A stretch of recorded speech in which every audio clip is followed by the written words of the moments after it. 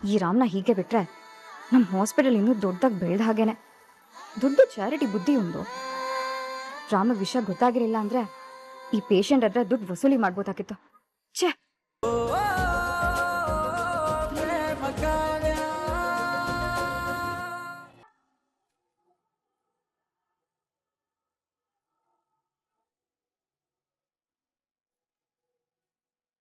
ಅಯ್ಯಯ್ಯೋ, ಸ್ವಲ್ಪ ಧೂಳಾಗಿದೆ, ಬರ್ಸ್ಬಿಡೋಣ.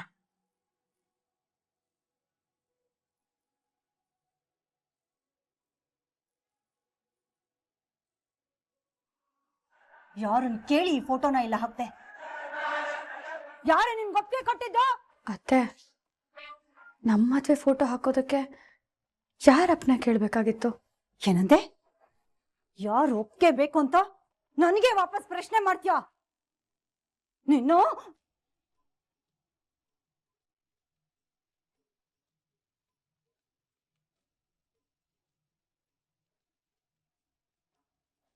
ಈ ನಿನ್ ನಸ್ಗುನಿ ಆಟಗಳನ್ನೆಲ್ಲ ನನ್ನ ಹತ್ರ ಇಟ್ಕೋಬೇಡ. ನೀನ್ ನನ್ ಸೊಸೆನೂ ಅಲ್ಲ, ನೀನ್ ನನ್ ಸೊಸೆ ಅಂತ ನಾನು ಯಾವತ್ತೂ ಒಪ್ಕೊಳ್ಳೋದು ಇಲ್ಲ. ಮದ್ವೆ ಫೋಟೋ ಅನ್ಕೊಂಡು ಫೋಟೋ ಮುಂದೆ ಕೂತ್ಕೊಂಡು ಕನಸು ಕಂಡ್ಯೋ? ನಾನು ಮಾತ್ರ ಸುಮ್ಮನೆ ಇರಲ್ಲ, ಹೇಳ್ತಾ ಇದ್ದೀನಿ.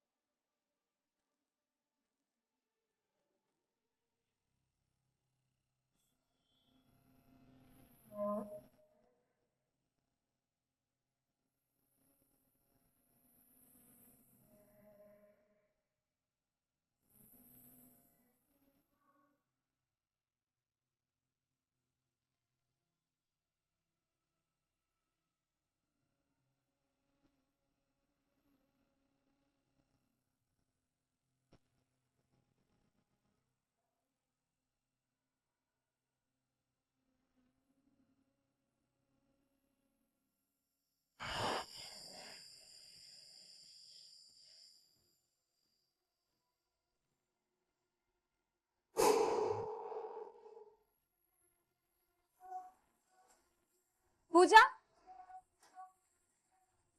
ಪೂಜಾ, ಅವರು ಬಿಲ್ ಪೇ ಮಾಡ್ಬೇಕಾಗಿದ್ದ ಪೇಷಂಟ್ಸ್ ಅಲ್ವಾ?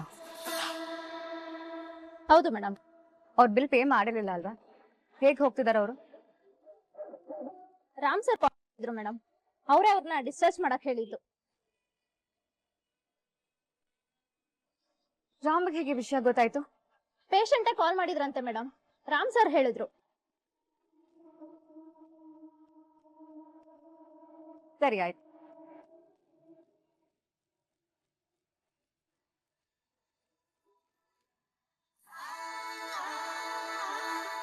ಈ ರಾಮ್ನ ಹೀಗೆ ಬಿಟ್ರೆ ನಮ್ಮ ಹಾಸ್ಪಿಟಲ್ ಇನ್ನೂ ದೊಡ್ಡದಾಗಿ ಬೆಳೆದ ಹಾಗೇನೆ. ದೊಡ್ಡ ಚಾರಿಟಿ ಬುದ್ಧಿ ಒಂದು. ರಾಮ ವಿಷಯ ಗೊತ್ತಾಗಿರಲಿಲ್ಲ ಅಂದ್ರೆ ಈ ಪೇಷಂಟ್ ಹತ್ರ ದುಡ್ಡು ವಸೂಲಿ ಮಾಡ್ಬೋದಾಗಿತ್ತು. ಛೇ,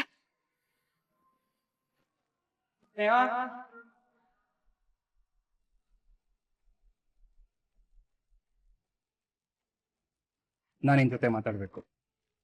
ಹೇಳು ರಾಮ್, ಏನ್ ವಿಷಯ? ನಾ ಸರ್ಜರಿ ಮಾಡಿದ ಗಗನ ಅನ್ನೋ ಪೇಷಂಟ್ ಹತ್ರ ಯಾರು ದುಡ್ಡು ಕೇಳಿದ್ರು ಅಂತ ನನಗೆ ಈಗಲೇ ಗೊತ್ತಾಗ್ಬೇಕು.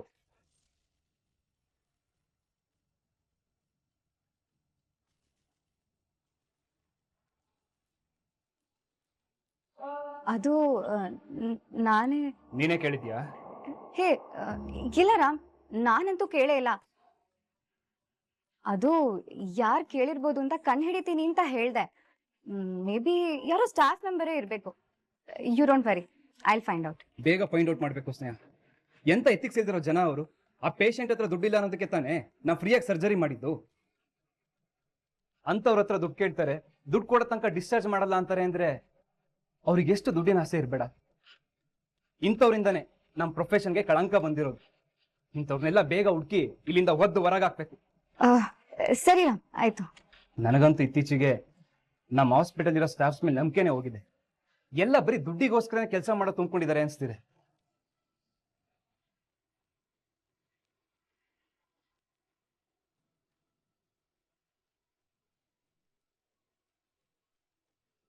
ಇವನಿಗಿದು ನಮ್ ಡ್ಯಾಡಿ ಕಟ್ಟಿರೋ ಹಾಸ್ಪಿಟಲ್.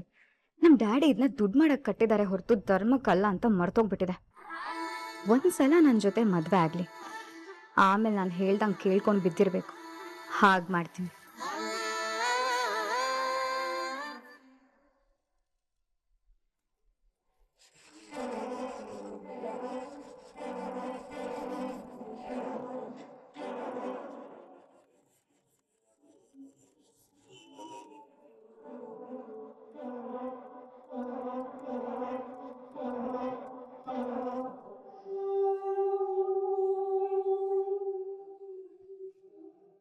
ಯಾವನ್ಲ ದಾರಿಗೆ ಅಡ್ಡ ಹಾಕಿರೋದು?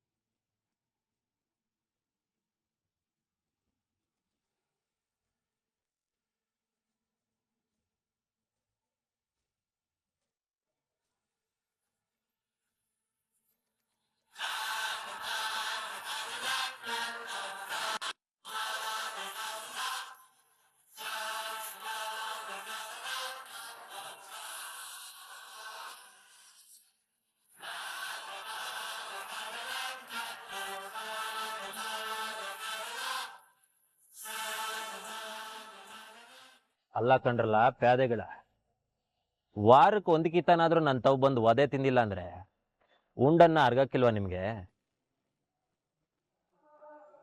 ಸಾಯೋದಕ್ಕೆ ಯಾವ್ದನ್ನ ಕೆರೆನೋ ಬಾವಿನೋ ನೋಡ್ಕೊಳ್ಳಿ ಹೋಗಿ. ಯಾಕೆ ಸುಮ್ನೆ ನನ್ನ ಎದುರಾಕತ್ತೀರಾ? ನಿನ್ಗೊಂದ್ ಗತಿ ಕಾಣಿಸ್ತಾ? ನಾವ್ ಸಾಯಲ್ಲ ಮಾದೇವ. ನೀವೇನ್ರಲ್ಲ ನನಗೆ ಗತಿ ಕಾಣಿಸೋದು? ನನ್ನ ನಿಂಗೆ ಕೆಣಕ್ತಾ ಇರಿ, ನಾನೇ ನಿಮ್ಮಿಬ್ರಿಗೂ ಸರಿಯಾಗಿ ಒಂದ್ ಗತಿ ಕಾಣಿಸ್ತೀನಿ. ಅಲ್ಲ, ನಾನ್ ಮದ್ವೆ ನಿಲ್ಸಕ್ಕೆ ಅಂತ ಬಂದು ಮಾಡಿಸ್ಕೊಂಡಿರೋ ಅವಮಾನ ಸಾಕಾಗಲ್ವಾ ನಿಮ್ಗೆ? ಯಾಕ್ರಲ್ಲ ಪದೇ ಪದೇ ಬಂದು ಹಿಂಗೆ ಮುಖಭಂಗ ಮಾಡಿಸ್ಕೊತೀರಾ? ಏ ಮಾದೇವ, ಮದ್ವೆ ಗೆದ್ಬಿಟ್ಟೆ ಅಂತ ಬೀಗ್ಬೇಡ. ನಿನ್ ತಂಗಿ ಮದ್ವೆ ಇನ್ನೂ ಬಾಕಿ ಇದೆ. ಅದ್ ಹೇಗ್ ನಿನ್ ತಂಗಿಗ್ ಬೇರೆ ಹುಡುಗನ್ ಹುಡುಕ್ ಮದ್ವೆ ಮಾಡ್ತೀಯೋ ನಾವು ನೋಡೇ ಬಿಡ್ತೀವಿ. ಹೊರಗಡೆ ಹುಡುಗ ಹುಡ್ಕೋದಲ್ದೆ ಇಂಟರ್ನೆಟ್ ಅಲ್ಲಿ ಬೇರೆ ಹುಡುಗನ್ ಹುಡುಕ್ತಿದ್ಯಾ? ವಿಷಯ ಗೊತ್ತಿಲ್ಲ ಅನ್ಕೊಂಡೇನೋ. ವಾ, ನನ್ನ ಹೆಂಡ್ರು ಕಂಪ್ಯೂಟರ್ಗೆ ಹಾಕ್ತೀನಿ ಅಂತ ಹೇಳಿದ್ಲು, ಆಗ್ಲೇ ಹಾಕ್ಬಿಟ್ಟವಳೆ ಅನ್ಸುತ್ತೆ. ಅದನ್ನ ನೋಡ್ಕೊಂಡು ಹುರ್ಕೊಂಡ್ ಬಂದಿದ್ದೀರಾ ನೀವು? ಜೀವನದಲ್ಲಿ ಶತ್ರುಗಳಿರ್ಬೇಕು ಅಂತ ಇದಕ್ಕೆ ಹೇಳೋದಿರ್ಬೇಕು. ಅದ್ರಲ್ಲೂ ನಿಮ್ಮಂಗೆ ಉರ್ಕೊಂಡ್ ಸಾಯೋ ಶತ್ರುಗಳಿದ್ರೆ ಅದ್ರಲ್ಲಿ ಸಿಗೋ ಮಜಾನೇ ಬೇರೆ. ಜಾಸ್ತಿ ನಗ್ಬೇಡ ಮಾದೇವ. ಗರ್ಡ ನಿನ್ ತಂಗಿದ್ ಮದ್ವೆ ಆಗ್ತಾನೆ ಅನ್ನೋ ಒಂದ್ ಕಾರಣಕ್ಕೆ ಸುಮ್ನೆ ಇದ್ದೀನಿ. ಇಲ್ಲ ಅಂತಿದ್ರ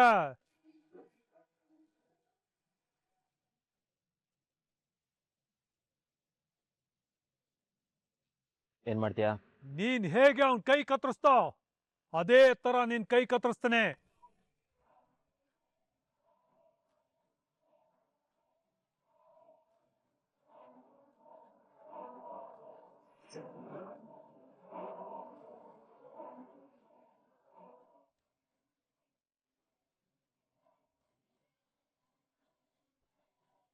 ನೀನ್ ನನ್ ಕೈ ಕತ್ತರಿಸೋದಕ್ಕೂ ಮುಂಚೆ ನಾನ್ ನಿನ್ ತಲೆನೇ ಎತ್ಬಿಡ್ತೀನಿ ಕಣಲ್ಲ. ಬೊಗಳೋ ನಾಯಿಗಳು ನೀವು. ಬೊಗಳಿ ಬೊಗಳಿ ಬಾಯಿ ನೋಯ್ಸ್ಕೊಳ್ಳೋದ್ ಬಿಟ್ರೆ ನಿಮ್ ಕೈಲಿ ಏನು ಕಿಸಕ್ ಆಗಕ್ಕಿಲ್ಲ. ಬಂದ್ಬಿಟ್ಟು ಅದ್ ದೊಡ್ಡದಾಗ ಧಮ್ಕಿ ಹಾಕೋದಕ್ಕೆ ಹೋಗಲ್ಲೇ.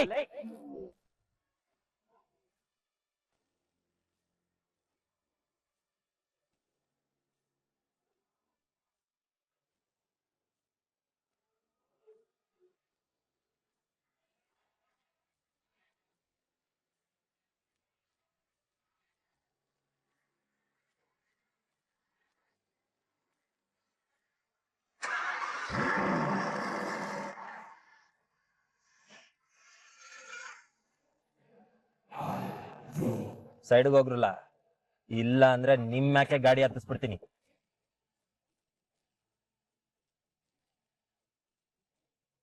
ನೋಡ್ದಪ್ಪ ಅವನ್ ದಿಮಾಕ್ನ, ನಮ್ನೆ ನಾಯಿಗಳನ್ಬಿಟ್ಟ.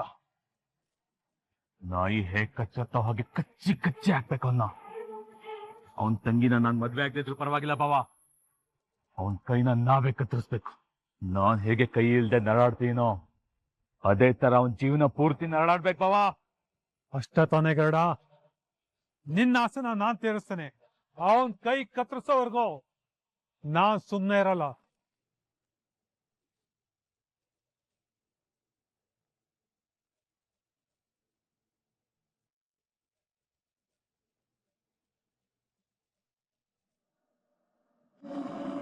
ಏನ ಹಾಗೆ ಹೇಳಿದ್ನ ಮಲ್ಲಿಕಾರ್ಜುನ?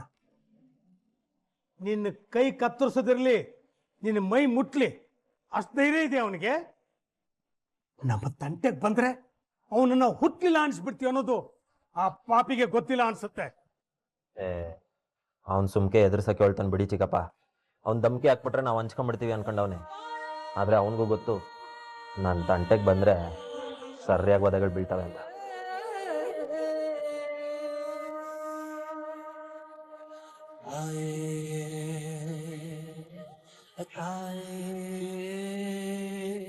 ಈ ಮಾದೇವನ್ ಕತೆನ ಯಾರಾದ್ರೂ ಮುಗಿಸ್ಬಿಟ್ರೇನೆ ಮನ್ಸಿಗೆ ನೆಮ್ಮದಿ ಸಿಗೋದು. ಈ ಕಲ್ಯಾಣಿ ಮೆರೆಯೋದನ್ನ ನೋಡೋದಕ್ಕಾಗ್ತಾ ಇಲ್ಲ ನನ್ಗೆ. ಇವಳ ಮಗಂಗೆ ಏನಾದ್ರೂ ಆದ್ರೇನೆ ಇವಳ ಹಾರಾಟ ನಿಲ್ಲೋದು.